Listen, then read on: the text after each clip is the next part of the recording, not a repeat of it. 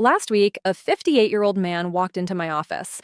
He sat down, looked at the floor, and then asked me a question I hear more often than you'd think. Doc, he said quietly, I masturbate a few times a week, sometimes more, and I keep reading online that it's bad for my prostate, that it could cause cancer. Is that true? Should I stop? The moment he asked, I realized something. He wasn't just asking for himself.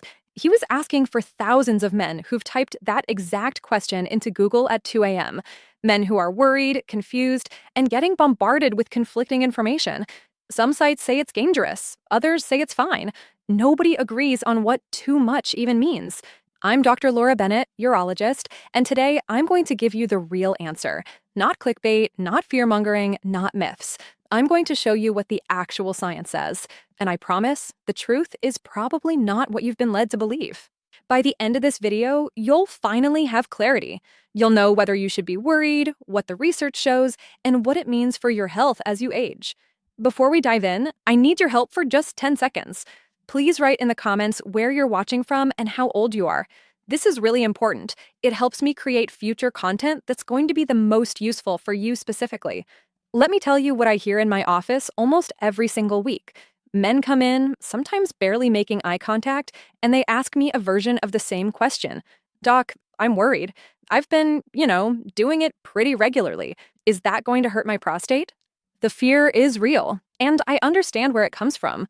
For years, decades really, there's been this quiet belief floating around that too much sexual activity, especially masturbation, could somehow damage your prostate gland. That it could cause swelling, inflammation, maybe even increase your risk of prostate cancer. And if you're a man over 50, that fear hits even harder. Because prostate cancer is one of the most common cancers in men. You've probably had friends or family members deal with it. So when you hear whispers that something you're doing regularly might put you at risk, it's terrifying. But here's what I want you to know, and I'm going to be very direct with you. Almost everything you've been told about masturbation and prostate health is wrong.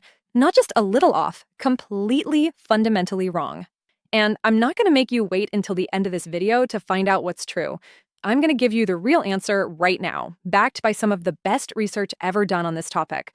Before we get to the shocking truth, let me quickly explain what your prostate actually is, because understanding this makes everything else make sense. Your prostate is a small gland, about the size of a walnut, that sits right below your bladder. Its main job is pretty simple. It makes most of the fluid that becomes semen. When you ejaculate, your prostate squeezes that fluid out, mixing it with sperm to create what comes out. Now, here's what's important. Your prostate has a bunch of tiny tubes and glands inside it. Think of them like little drainage pipes.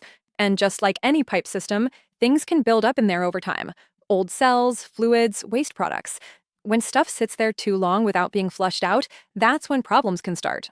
As you get older, your prostate naturally gets bigger. That's normal. But a bigger prostate with more buildup, that's when you start having issues. Trouble urinating, getting up multiple times at night, that feeling like you can never fully empty your bladder.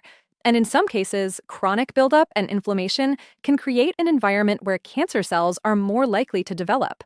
So the question becomes, is there anything you can do to help keep those pipes clean and flowing smoothly? And that's where the science gets really interesting. Before I tell you what the research found, let me share 3 theories that scientists have been exploring. Because when you understand the why, the results make so much more sense. Theory number 1, the flushing effect. Think about a sink that doesn't get used very often. Water sits in the pipes, things start to build up, it gets stagnant. But a sink that gets used regularly, the water keeps flowing, keeps things clean, prevents buildup. Scientists believe your prostate works the same way. Regular ejaculation flushes out those tiny tubes and glands we talked about. It clears away old cells, built-up fluids, and potentially harmful substances before they have a chance to sit there and cause problems. It's like a natural cleaning system for your prostate. Theory number 2, healthy cell replacement. Your body is constantly making new cells and getting rid of old ones. That's normal. But sometimes old cells that should be replaced just hang around. And the longer damaged or aging cells stay in your prostate, the higher the chance that something goes wrong, a mutation, an error that could lead to cancer. The theory here is that regular ejaculation encourages your prostate to replace old cells with fresh, healthy ones more efficiently. It's like your body's way of doing regular maintenance instead of waiting until something breaks down. Theory number 3, stress and inflammation.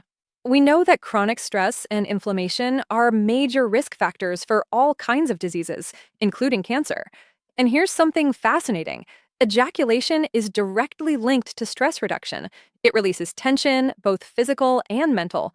When you're less stressed, your body's inflammatory response calms down. And a calmer, less inflamed prostate is a healthier prostate. It's that simple. So, those are the three main theories, and they all point to the same basic idea. Regular ejaculation might actually be good for your prostate health. But theories are just theories. What does the actual research show? All right, here's what you've been waiting for, the research that finally gives us a clear answer. Researchers at Harvard University followed nearly 32,000 men for almost 20 years. This wasn't a small survey or a quick study. This was massive, long-term, rigorous research. And one of the main things they tracked was how often these men ejaculated each month. When they analyzed all the data at the end, here's what they discovered. And this is the answer you need to hear. Men who ejaculated 21 or more times per month had a 33% lower risk of developing prostate cancer compared to men who only ejaculated 4 to 7 times per month. Let me say that again, because it's worth repeating. More frequent ejaculation was linked to significantly lower cancer risk, not higher, lower. This wasn't a small difference. 33% is huge. And this wasn't some fringe study from an unknown lab. This was Harvard, one of the most respected research institutions in the world. And they weren't alone. A major study in Australia found almost the exact same thing. The more frequently men ejaculated, the lower their risk of prostate cancer. The evidence was clear, consistent, and impossible to ignore. So if you've been worried that masturbating regularly is hurting your prostate, I need you to let that fear go. The science is telling us the exact opposite. It's not hurting you. It might actually be protecting you. Now, I know what some of you are thinking. Doc, 21 times a month? That's a lot. I'm in my 50s, 60s, maybe 70s. That's not realistic for me. And I hear you. Let me be very clear about something. 21 times per month is not a magic number you have to hit or else. It's not a quota. It's not a requirement. Here's the reality. If you're ejaculating 10 times a month, 15 times a month, even 8 times a month, you're still getting benefit. The study showed that more was better, but it didn't say that less than 21 means you get no protection at all. Every bit helps. Think about it like exercise. Is running 5 miles a day better for your heart than running 2 miles? Sure, but does that mean running 2 miles does nothing? Of course not. It's still way better than sitting on the couch. This same principle applies here. Don't stress about hitting some specific number. The goal isn't to turn this into another source of pressure or anxiety.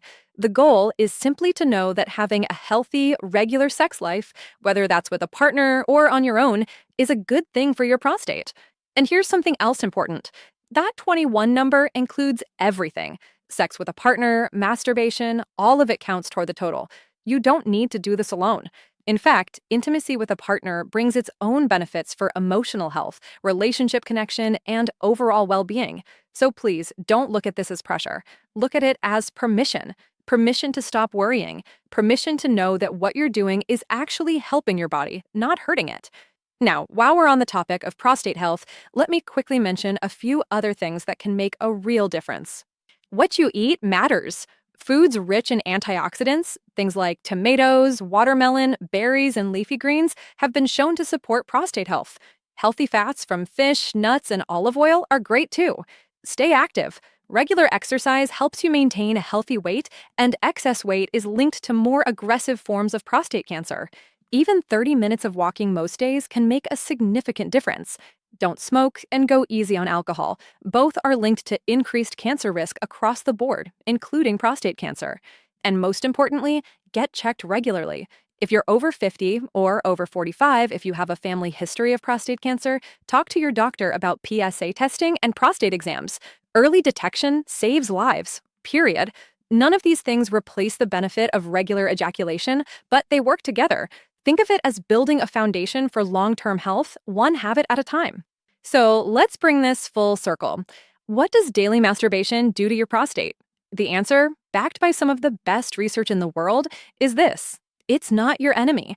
It's not slowly destroying your prostate or increasing your cancer risk. If anything, it's doing the opposite. Is it a magic cure? No. Is it a guarantee you'll never get prostate cancer? Of course not. But it's a natural, simple, free thing you can do that the evidence suggests may help protect your prostate over the long term. And maybe more importantly, it's one less thing you need to feel guilty or anxious about. You can let go of that worry. You can stop second guessing yourself. What you're doing is healthy. What you're doing is normal. And what you're doing might actually be helping you in ways you never realized.